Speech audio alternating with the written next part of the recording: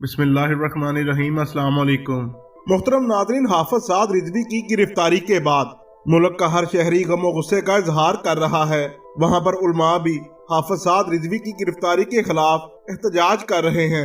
अल्लामा साकिब रजा मुस्तफ़ाई जो किसी तारुफ के मोहताज नहीं, इन्होंने भी अपने ट्विटर अकाउंट पर हुकूमत को आड़े हाथों लिया।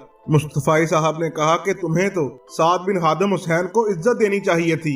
वो अल्लामा हादम हुसैन रिजवी का लख्ते जिगर और रियासत मदीना के क़याम के लिए सरगर्म है, मगर अफसोस हम ये भूल गए कि तुम्हारे गले में पटा किसी और का है।